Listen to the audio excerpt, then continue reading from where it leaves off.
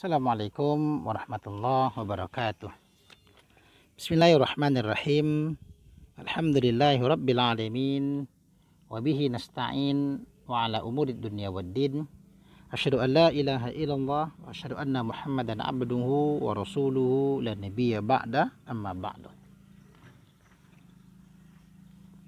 Menyambung kajian kita, qala Syekh Muhammad Nawawi Al-Bantani, wal qidamu wa adamul awwaliyati liwujudihi ta'ala falam yakhluq nafsahu wala khalaqahu ghairuhu. Qala Allah Ta'ala lam yalid wa lam yulad. Wal qidamu, dan selanjutnya adalah qidam. Qidam itu adalah terdahulu. Apa maksud daripada qidam?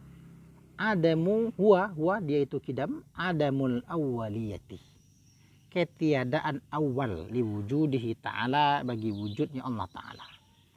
Maksudnya adalah Allah Ta'ala qidam, tidak ada yang mendahuluinya, tidak ada permulaan bagi wujudnya Allah Subhanahu wa Ta'ala itu. Kalau makhluk wujudnya memiliki awal, sedangkan Allah, wujudnya Allah itu qidam, tidak memiliki awal.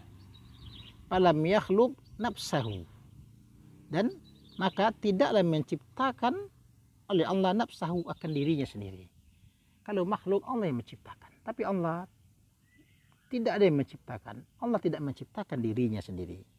Wala khalaqahu ghairuhu, dan tidak pula telah menciptakan akan dia Allah ghairuhu, oleh selainnya Allah. Makhluk ada yang menciptakan selain dirinya, yaitu Allah. Allah menciptakan makhluk. Arti wujudnya makhluk karena ada yang mendahului, ada yang menjadikannya, yang menciptakannya. Yang menciptakan makhluk adalah Allah. Sedangkan Allah, wujudnya Allah tidak ada awal. Wujudnya Allah adalah qidam. Tidak ada yang mendahuluinya, tidak ada yang menciptakannya. Baik dirinya sendiri yang menciptakan dirinya atau diciptakan oleh yang lain. Qala Allah Ta'ala lam yalid wa lam yulad.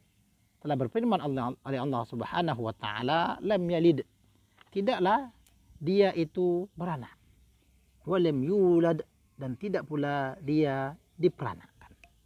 Allah Subhanahu wa Ta'ala dalam ayat ini menceritakan tentang dirinya sendiri, bahwasanya dia itu Allah. Allah tidaklah beranak, dan Allah juga tidak diperanakkan. Nah, itulah yang dimaksud dengan sifat qidam. Lalu kemudian kita melanjutkan kepada sifat yang berikutnya, wal baqa'u, sifat baqa'. Apa itu baqa'? Wal baqa'u huwa adamul inqidha'i liwujudihi ta'ala. Qala ta'ala wa yabqa wajhu rabbika dzul jalali wal ikram. Sifat selanjutnya adalah sifat baqa'. Baqa' itu artinya kekal. Apa itu maksud kekal? Wa adamul inqidha'i liwujudihi ta'ala. Dan dia itu baqa', adamul inqidha', yang tidak ada akhir, liwujudihi ta'ala, bagi wujudnya Allah Ta'ala. Artinya baqa', sifat baqa', Allah Ta'ala itu zatnya tidak memiliki akhir. Sedangkan makhluk memiliki akhir. Adanya makhluk memiliki akhir, sedangkan adanya Allah Subhanahu wa Ta'ala, wujudnya Allah Subhanahu wa Ta'ala tidak memiliki akhir. Qala Ta'ala, telah berfirman oleh Allah Subhanahu wa Ta'ala, menceritakan tentang dirinya sendiri. Apa kata Allah tentang dirinya sendiri? Wa yabqa wajhu rabbika dzul jalali wal ikram. Wa yabqa, dan telah kekal. Wa yabqa, dan kekal. Wajhu rabbika, oleh zat Tuhan engkau, dzul jalali wal ikram, yang memiliki kebesaran dan kemuliaan. Allah Subhanahu wa Ta'ala menceritakan tentang dirinya sendiri, bahwasanya Allah itu kekal zatnya. Artinya zat Allah Ta'ala tidak memiliki akhir. Sebab kalau dia memiliki akhir, maka samalah dia dengan makhluknya. Lalu kemudian selanjutnya, wal mukhalafatu lil hawadithi huwa adamu mumasalati syai'in minal hawadithi lahu subhanahu wa ta'ala. Falaisa lahman wala azman wala tawilan wala qasiran wala mutawassitan. Wal mukhalafatu lil hawadithi, Sifat selanjutnya yang wajib pada zat Allah Subhanahu wa taala adalah mukhalafah lil hawadithi, berbeda bagi semua yang baharu. Artinya Allah Subhanahu wa taala berbeda dengan semua makhluknya. Apa maksudnya itu? Huwa adamu mumasalati syai'in minal hawadithi. Artinya huwa adamu, dia tidak ada mumasalati syai'in, yang semisal sesuatu minal hawadithi, dari yang segala yang baharu, lahu subhanahu wa ta'ala, baginya Allah Subhanahu wa ta'ala. Artinya tidak ada yang serupa sesuatu apapun dari makhluk ini bagi Allah Subhanahu wa ta'ala. Jadi semua makhluk yang ada tidak ada yang serupa dengannya, dan Allah tidak serupa dengan satu pun dari semua makhluk, dari semua yang baharu, dari semua ciptaannya. Tidak ada satu pun yang serupa dengan Allah, dan Allah tidak pula serupa dengan satu pun dari semua makhluk yang ada. Dari semua yang baharu yang ada, tidak ada satu pun yang serupa dengan Allah Subhanahu wa ta'ala. Maka dikatakan falaisa lahman, maka tidak adalah Allah itu daging.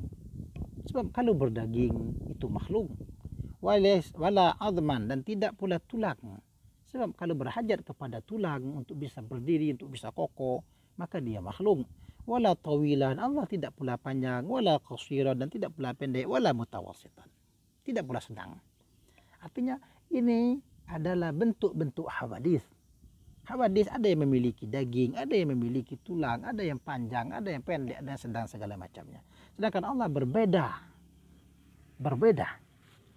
Itu dia. Bahwa ta'ala dzatu laisa fiha syai'un min sifatil hawadithi. Wa kullu ma khatara bibalika min sifatil hawadithi. Bahwa ta'ala, dan dia Allah ta'ala itu, dzatun adalah satu zat. Laisa fiha syai'un, yang tidak ada padanya oleh sesuatu, min sifatil hawadithi, dari sifat-sifat yang baharu. Artinya zatnya Allah Ta'ala tidak ada satu pun yang serupa dengan yang baharu. Wa kullu ma khatara bibalika min sifatil hawadith. Dan begitu juga, dan setiap apa-apa yang terlintas dalam pikiranmu, dalam hatimu, min sifatil hawadith. Artinya tidak ada yang serupa, bahkan dalam pikiran manusia, dalam hati manusia pun tidak bisa terlintas sedikit pun. Karena kalau terlintas dalam pikiran manusia, maka sesuatu itu ada yang serupa dengannya, dengan makhluk. Sedangkan Allah tidak ada, bahkan tidak terlintas sedikit pun dalam hati manusia. Tidak terlintas sedikit pun bentuk Allah dalam pikiran manusia. Sehingga kata pengarang kitab kita, la tusaddiq anna fillahi syai'an min dzalika. Maka la tusaddiq, janganlah engkau benarkan anna fillahi, bahwasanya pada Allah Ta'ala itu syai'an, sesuatu, min zalika, dari demikian itu. Jadi jangan pernah kita membenarkan jika ada yang mengatakan atau terpikir dalam hati kita, Allah itu begini, bentuk Allah itu begini, Allah memiliki tangan, Allah memiliki kaki. Maka ketika itu terbayang, jangan kau benarkan. Karena kalau masih terbayang begitu, maka itu adalah makhluk. Ketika dia memiliki tangan, maka dia adalah makhluk, sama seperti makhluk yang lainnya. Kata pengarang kitab kita, la tusaddiq, jangan benarkan itu. Walaysa lahu makanun aslan, falaysa dakhilan fid dunya wala kharijan anha. Dan tidak adalah bagi Allah Ta'ala itu makanan, satu tempat, aslan, pada asal. Artinya Allah tidak membutuhkan kepada tempat. Jadi kalau ada tempat, pasti serupa dengan makhluk. Falaysa dakhilan dunia, dan Allah tidak masuk dalam dunia, wala kharijan anha, dan tidak pula keluar dari dunia. Qala Allah Ta'ala, intinya apa? Sebagaimana firman Allah Ta'ala, kalau begitu, walam yakun lahu kufuwan ahad, dan tidak ada baginya Allah Ta'ala kufuwan, yang setara, ahadun, satu pun. Artinya tidak ada satu pun yang setara dengan Allah Subhanahu wa Ta'ala. Dipertegas lagi dalam ayat yang lain. Wa qala ta'ala laisa kamitslihi syai'un. Allah Ta'ala berfirman, laisa kamitslihi syai'un. Tidak ada seperti misalnya Allah Ta'ala syai'un, oleh sesuatu pun. Artinya Allah tidak ada yang setara dengannya, tidak ada yang semisal dengannya. Itulah makna daripada mukhalafatu lil hawadisi. Lalu kemudian qauluhu bil itlaqi, ay min ghairi taqidin bi ba'dil wujuhi bimakna annahu ta'ala mukhalifun lil khalqi fi jami'il wujuhi. Falaisa subhanahu wa ta'ala mukhalifan lil khalqi fi wajhin wa mumathilan fi wajhin akhara. Tanazzahallahu an dzalika. Qauluhu bil itlaqi, dan perkataannya penazam kitab kita, perkataan Syekh Ahmad Al-Marzuki bil itlaqi. Wallahu mawjudun qadimun baqi mukhalifun lil khalqi bil itlaqi. Nah, perkataan bil itlaqi di sini itu apa? Ai min ghairi taqyidin. Karena bil itlaqi dengan mutlak. Apa maksud dengan mutlak itu? Ai artinya min ghairi taqyidin, dari ketiadaan kaitan. Artinya tidak ada kaitan. Bi ba'dil wujuhi, dengan sebahagian arah. Wujuh, dari sebahagian sisi. Artinya secara mutlak tidak ada kaitan dengan sebahagian sisi. Apa maksudnya? Bimakna annahu ta'ala mukhalifun lil khalqi fi jami'il wujuhi. Maksud kata bil itlaq itu sebenarnya apa? Maknanya annahu ta'ala, bahwasanya Allah Subhanahu wa ta'ala mukhalifun lil khalqi, berbeda bagi makhluk, fi jami'il wujuhi, pada semua arah, pada semua sisi. Pada semua sisi Allah Ta'ala berbeda dengan makhluknya.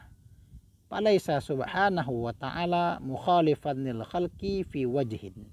Maka tidaklah Allah Subhanahu wa ta'ala itu mukhalifan, berbeda, lil khalqi, dengan makhluk, fi wajhin, pada satu sisi, tetapi wa mumathilan fi wajhin akhara. Wa mumathilan, dan serupa, fi wajhin akhara, pada sisi yang lain. Artinya begitu. Allah Ta'ala itu maknanya secara mutlak berbeda dengan makhluk, bahwa Allah Ta'ala itu memang tidak serupa dengan makhluk dari semua sisi.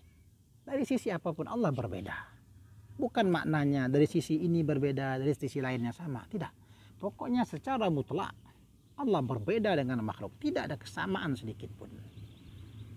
Tanazzahallahu an zalika. Maha suci Allah dari yang sedemikian itu. Ketika ada yang mengatakan Allah mirip begini, Allah itu mirip begini, maha suci Allah dari yang demikian itu. Itulah yang kita bahas pada kesempatan kali ini, yaitu membahas tentang qidam, kemudian kita membahas tentang baqa, dan kita juga telah membahas tentang mukhalafah lil hawadits. Insyaallah yang akan datang kita akan membahas tentang wal qiyam bin nafsi.